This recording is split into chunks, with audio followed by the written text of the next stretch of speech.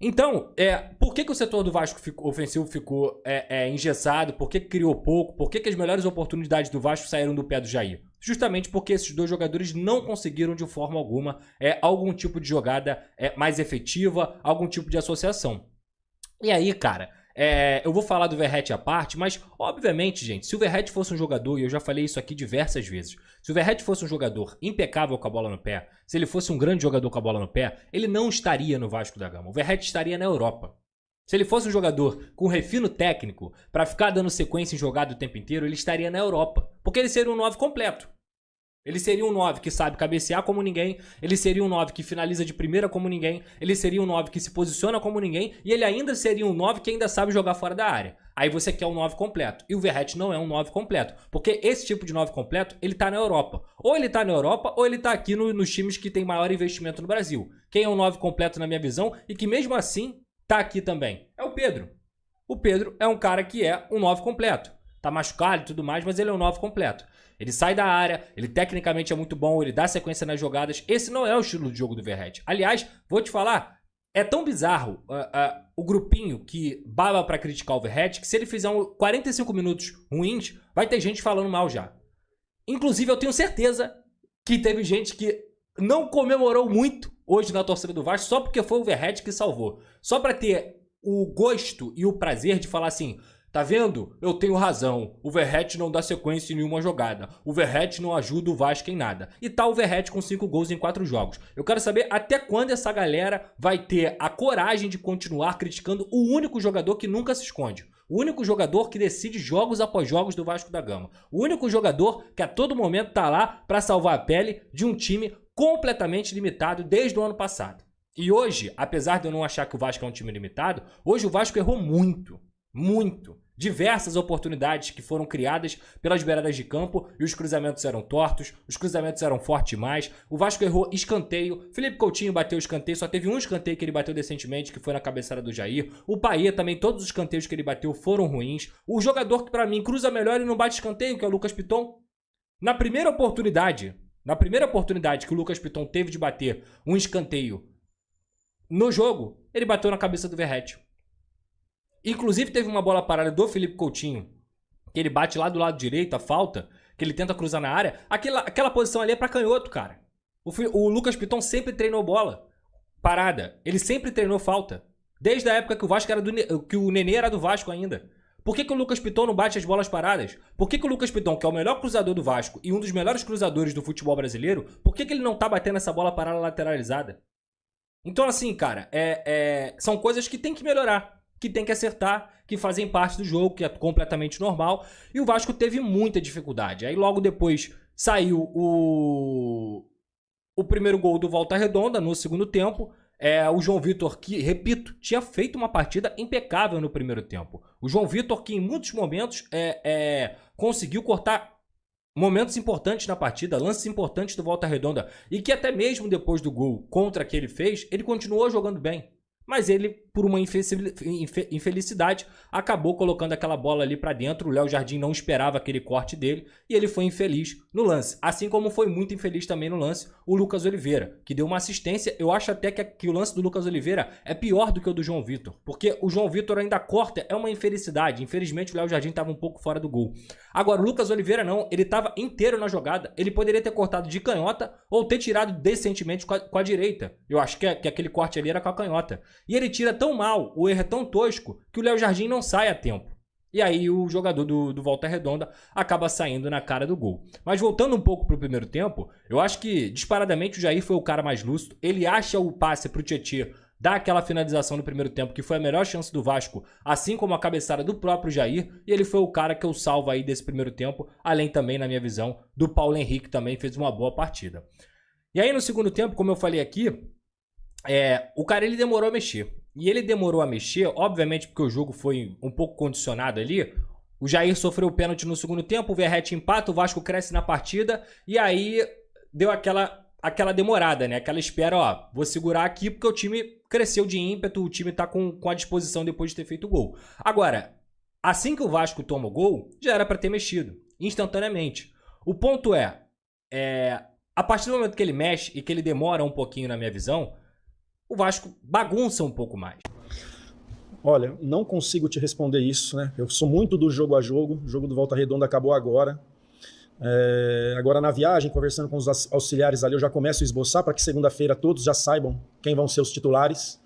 Então é muito cedo mesmo para eu te responder sobre isso. Caribe, a título de a tribuna, conversando com muitos torcedores na arquibancada, eles falaram que o principal jogador da partida durante o Vasco foi até o João Vitor, apesar dos dois gols do Verret, era um jogador muito bem no jogo aéreo, muito bem nos duelos no chão, saindo jogando muito bem com a bola também. Isso mostra que o Vasco hoje foi um tanto quanto pobre na criação, tem dificuldades mesmo em criar, e o que fazia para melhorar na criação do Vasco? Não, o João eu já conheço há muito tempo, eu que subo ele no Corinthians, um jogador com muita velocidade, isso para zagueiro é muito importante, bola aérea é muito boa. E nós vamos melhorar, cara, é um time qualificado, fizemos 3 jogos para um início, né, os 3 últimos jogos com 3 vitórias, que acho que para o início foi acima do esperado, né, por uma evolução de parte física, de parte técnica e de entendimento da ideia de jogo. Hoje ficamos abaixo. As 3 vitórias não quer dizer que estava tudo certo, né, a gente sabia que nós sabemos que temos que melhorar bastante e o resultado de hoje não quer dizer que está tudo errado. A gente tem um caminho, né, potencializar essa ideia, passar confiança para os jogadores para que a gente continue a nossa caminhada. Boa noite. A gente já falou que nós temos dificuldade na criação. E quando o Lucas, o jogador, ele entrou com muita vontade, ele criou algumas chances. Eu queria saber o que você falou para ele naquele momento que ele entrou no jogo. E a importância, realmente, a gente sabe que o Vasco sempre tem muitos jogadores de qualidade na base, então a importância de usar esses jogadores para melhorar a equipe. As informações, as orientações ali foram básicas para a posição que ele ia entrar. Não só falar desse menino que tem muita qualidade, mas tem alguns lá com a gente já trabalhando, né? Apesar que uns vieram da taça, outros estavam com o Ramon, mas já estão trabalhando com nós. E nós vamos potencializar e dar todo o apoio para que esses meninos possam desenvolver e quem sabe aí no futuro próximo nos ajudar bastante. Boa noite, Jason Largo. O setor defensivo do Vasco hoje parou 2 vezes a novidade. Como você avalia para os próximos jogos esse setor? E também estava acompanhando a torcida, muita gente pegando o pé do Lucas Piton. Como você trabalha no jogador? Olha, o primeiro gol que a gente tomou, a nossa transição defensiva foi muito boa. E nós fechamos como tinha que fechar. Já olhei o vídeo ali dos gols feitos e dos gols tomados. Uma infelicidade ali do João tirar, mas a gente voltou bem, transitou bem e faz parte de acontecer. O segundo gol houve erro sim. Poderíamos ter temporizado mais, ter tido mais calma. Costumo falar para os jogadores que não se rouba a bola de qualquer jeito, ter um pouquinho mais de paciência. Mas eles vão entender e a gente vai diminuir esses erros defensivos. A respeito das vaias, eu não posso te dizer, eu me fecho muito no jogo, né? Concentro ali e converso muito com as pessoas que estão ali no trabalho do jogo comigo, né? Não sei o que te dizer. Mas a partir do momento que não tenha violência, tudo é válido. Hoje, pela primeira vez, você teve Coutinho e Bahia ao mesmo tempo em campo durante a partida. Durante a temporada você tinha vindo utilizando o Coutinho como titular e na última partida o Bahia com o Maricá foi o titular. Inclusive hoje o Coutinho volta ao time, recebeu várias, a torcida teve uma partida mais abaixo, mas você teve os dois em campo ao mesmo tempo ali precisando do resultado. Eu queria saber de você se dentro do seu esquema esses 2 jogadores podem ou não jogar juntos, que é um debate que existe no Vasco desde o ano passado, se a possibilidade desses 2 jogadores atuarem juntos ou não, muito pela questão defensiva, que pode ficar um pouco exposta pelas características dos jogadores. Eu queria saber de você sobre a sua vontade, o que você pensa na questão da utilização de Bahia e Coutinho, se podem estar juntos ou não. Penso que pode, mas eu acho que a gente tem que estar muito ajustado para isso acontecer, né? Ter 7 jogadores, 8, a compactação está bem organizada e aí vai um tempo para que esses 2 jogadores possam jogar com bola. Sabemos que vai ter jogo, porque são jogadores qualificados, né? O grupo entender a característica dos 2 e os 2 entender a característica de jogo, mas eu penso sim, penso que pode, eu quero ver mais, quero ver em trabalho, quero ver em treinamentos, que nem o Paia, por exemplo, jogou quarta e não treinou para o jogo de hoje, porque é só recuperação, ainda mais nesse início de trabalho. Quero ver sim, né? Penso que sim, mas ali na frente eu posso ter uma resposta melhor sobre isso. O Aranha, o cara que tem a manha. Meu querido André, vamos lembrar que eu sempre elogiei o Volta Redonda. Para mim não é uma realidade, é o melhor dos times considerados pequenos. Já que a gente tem aqui os 4 grandes, o Volta Redonda é infinitamente melhor do que o bom time do Maricá, que se defende muito bem. O repertório do Volta Redonda é muito maior. Ele hoje pode disputar a Série B e com chance de permanecer numa boa. Tem um belo time e um técnico cascudo e malandro, que já está lá há quase 3 anos, não é? Isso. E o Vasco hoje veio com o que tinha de melhor, à exceção do Adson. O Vasco colocou em campo o que ele tinha de melhor e vem colocando nos últimos jogos. E a gente tem visto, eu fiz 2 jogos do Vasco, esse meio do campo de composto Jair, Tietê, Paulinho, E Felipe Coutinho, no papel, é um excelente meio-campo. É verdade. Tecnicamente nem se fala. O problema maior do Vasco é que você não tem o Adson, que faz correria, e tem o Alex Teixeira. E o Verratti, que é um jogador que não tem velocidade. Você não pode ter o Alex Teixeira e o Verratti para jogar bolas compridas, jogada de velocidade, não tem. Então o Vasco é o time de toque. E vive dos cruzamentos, do Piton. Agora está vivendo mais um pouco do Paulo Henrique através de jogadas individuais. Quem cruza melhor é até o Puma. Mas o elenco do Vasco visivelmente é muito limitado. E o que nós vimos hoje é a realidade. Você tem o Hugo Moura, você tem o Cocão no meio do campo, você tem o Paê, que às vezes entra no segundo tempo, tem o Puma Rodrigues. Mas é muito pouco. Isso aí não é elenco para você disputar uma temporada inteira. O Vasco precisa de homens do meio para frente. Encorpar, né? Encorpar. Jogadores que, quando não tiver, como hoje. Hoje o meio do campo do Vasco não existiu. O único que é o salva-barra é do Jair. Setor defensivo, hoje falhou. Tudo bem, o João Vitor fez um gol contra, mas ele é um excelente zagueiro, quase que ele se torna um herói. Poderia ser o bandido, quase que nos acréscimos poderia se tornar um herói. Mas é um excelente jogador. O setor defensivo do Vasco é bom. O problema é ofensividade, é velocidade. Futebol pede isso. E o elenco do Vasco está muito limitado nesse sentido. E o segundo tempo, não. Segundo tempo, sempre o Volta Redonda foi melhor tecnicamente. Sempre foi melhor. Mas pelo menos o Vasco teve um pouco mais de atitude. E eu, hoje, salva a barra do goleiro do Léo Jardim, que não comprometeu as bolas que entrou, não teve culpa nenhuma. O Paulo Henrique é um cavalo. É um leão, é um monstro. É limitado tecnicamente na hora de um cruzamento, essa coisa toda. Mas olha, o menino Oliveira que veio é bom jogador. O setor defensivo do Vasco dá tranquilo. Ainda tem o Maurício Lemos. Piton, ainda tem o Piton, que é um jogador de qualidade. Meio do campo do Vasco é isso que eu estou falando aí. Ainda tem alguns bons reservas. O problema do Vasco é dali pra frente.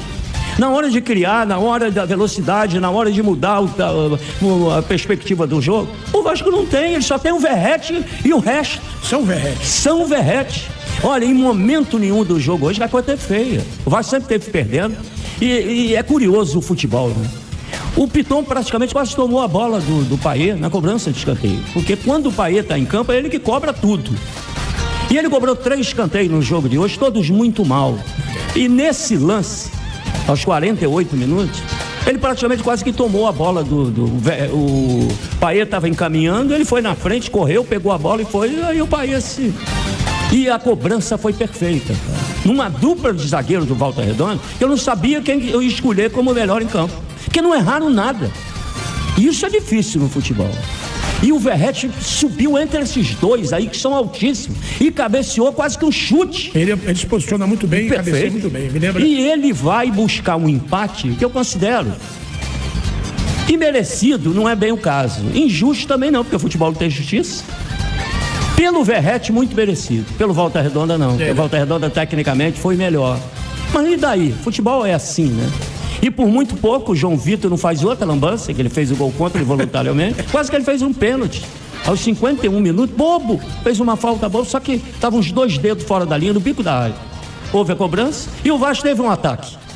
André, de novo, uma falta lateral ali do bico da área, mas bem pela linha lateral, quase saindo a bola. E o Piton, como sempre, faz um cruzamento para a área, aí o goleiro Jean saiu mal. E o João Vitor se antecipou, cabeceou e essa bola milagrosamente não entrou, cara. Porque por muito pouco... Ia ser consagrador. Não, ele fez gol contra, não jogou tão bem como joga e quase que se torna um herói, porque é assim o futebol. Mas olha, tá de bom tamanho. Tá de bom tamanho pelo que o Vasco não jogou e tá de bom tamanho pro Volta Redonda, que vai se classificar. É verdade. O Volta Redonda vai se classificar e um grande aí vai dançar. E pelo andar da carruagem, quem tem que abrir o olho é o Fluminense. Eu escolhi o Verratti como o melhor jogador da partida, pela luta, pela garra, pela entrega. Esse cara é um símbolo. A partir de agora, eu o chamo de São Verratti, André. E por isso que eu digo, bom descanso. Bom descanso para alguns jogadores. Por exemplo, o Felipe Coutinho, hoje, merecia um bom descanso, cara. Porque parecia um morto em campo. Para você também. Valeu, Del Aranha, que tem a manha aqui no microfone da Super Rádio Tupi. Não é porque teve um bom início nas outras 2 partidas que isso ia se manter. Eu vejo coisas interessantes dentro do campo. O Carille falou que a ideia era ter mais posse de bola, isso foi apresentado nos outros jogos. Acho que um meio-campo que fluiu um pouco mais, de um time mais combativo, que recuperou um pouco daquela característica quando teve ali no seu momento bom na temporada passada com o Paiva, de um time tecnicamente não brilhante, mas muito combativo, tanto que foi assim que foi a semifinal da Copa do Brasil. Acho que recuperou um pouco com isso, mas é um elenco ainda com muitas carências. E isso, lógico que a gente tem essa análise que a gente acaba contemporizando, por conta do ritmo que você está adquirindo, início de temporada, mas o Vasco tem carências no elenco também. Acho que falta um ponto de velocidade, acho mais reforços, né, eu, pelo menos, iria atrás mais de um zagueiro, mas é um Vasco que acho que ainda está assimilando as ideias do Carille. O começo ali nos primeiros jogos foi interessante, hoje definitivamente não foi bom, é um empate que sai bem no lucro para o Vasco, diante de um bom time do Volta Redonda, mas não acho que é nada preocupante dentro desse momento da temporada. Vai lembrar que o Vasco ainda não definiu a questão da SAF, né? Ah, sim. Então, assim, quem vai botar dinheiro para as contratações? Tem toda uma reestruturação que vai para fora de campo também. Então... Quando a gente fala de cobrança, o nome do Felipe Coutinho vai ser muito cobrado. Vai ser sempre o cara. O holofote está em cima dele. Cara, você pega um grande nome, a grande contratação, um ídolo, óbvio que você espera que ele resolva as coisas, mas sozinho não vai fazer. Acho que o Vasco vai ter dificuldade. Falando do cenário de janeiro, sim, né? Sim. De janela que vai fechar. Depois, ao longo da temporada, é impossível dizer o que vai acontecer com qualquer time brasileiro. Sim. Né? A única coisa que você pode dizer é que Flamengo e Palmeiras vão ter mais estabilidade? Provavelmente. Botafogo? Provavelmente. Talvez por aquilo que a gente tem visto nos últimos anos. Mas se você pegar, assim, os grupos, jogadores, o Vasco está na frente de que clube no estadual, no Rio de Janeiro? Do Fluminense, Flamengo e Botafogo? Não. Não acredito. Na frente de Palmeiras, São Paulo e Corinthians? Também não. Inter e Grêmio? Cruzeiro e Atlético, entendeu? A dificuldade Fortaleza, Bahia, que tem investimento. Veja a dificuldade do Vasco. Hoje, essa dificuldade de entender. Porque você tem que ver, cara, assim, a gente olha muito pro time que sai de 2024, no caso, e vem para 2025. Só que de uma temporada para outra, o futebol muda. Sim. Então, você tem um nível de investimento. Eu não estou falando se os clubes têm dinheiro ou não. Geralmente, não tem dinheiro e investem o que não existe. Sim. É um investimento virtual. Você entende? Você vai ganhar tanto. É investimento top. Ok, aceito. Eu te pagar outra história. É um negócio assim, bem virtual. Então, eu vou investir... E eles tratam a dívida como algo virtual também. E se a gente trouxesse isso para a vida? É um mundo econômico assim, que vive numa outra dimensão. Mas tudo bem, vamos olhar para o mercado. Os caras estão botando dinheiro, né? Dinheiro. Bom, você vai, às vezes, mudar de lugar numa escala de valores, porque os outros irresponsáveis ou responsáveis puseram mais dinheiro que você e contrataram mais jogadores. Então... Acho que o Vasco hoje vai ter que lutar muito, ter uma estrutura defensiva, Carille é um especialista, maravilhosa, saber marcar muito, decidir jogos com uma bola, uma única bola, aí para tentar se equilibrar. Então veja que é uma temporada, provavelmente, que o vascaíno já sabe como funciona. Difícil. Já saber o que vai ser. Fica feliz. Se prepara. Quando você não cria expectativa, é a melhor coisa do mundo. Você já entra na farmácia, já faz o pedido. Você já sabe o que vai... O Felipe Nicésar aqui com o Carille, a torcida do Vasco vai ter que se habituar com resultados negativos. No Santos não foi diferente, apesar do acesso à Série A. Um abraço para você, Felipe.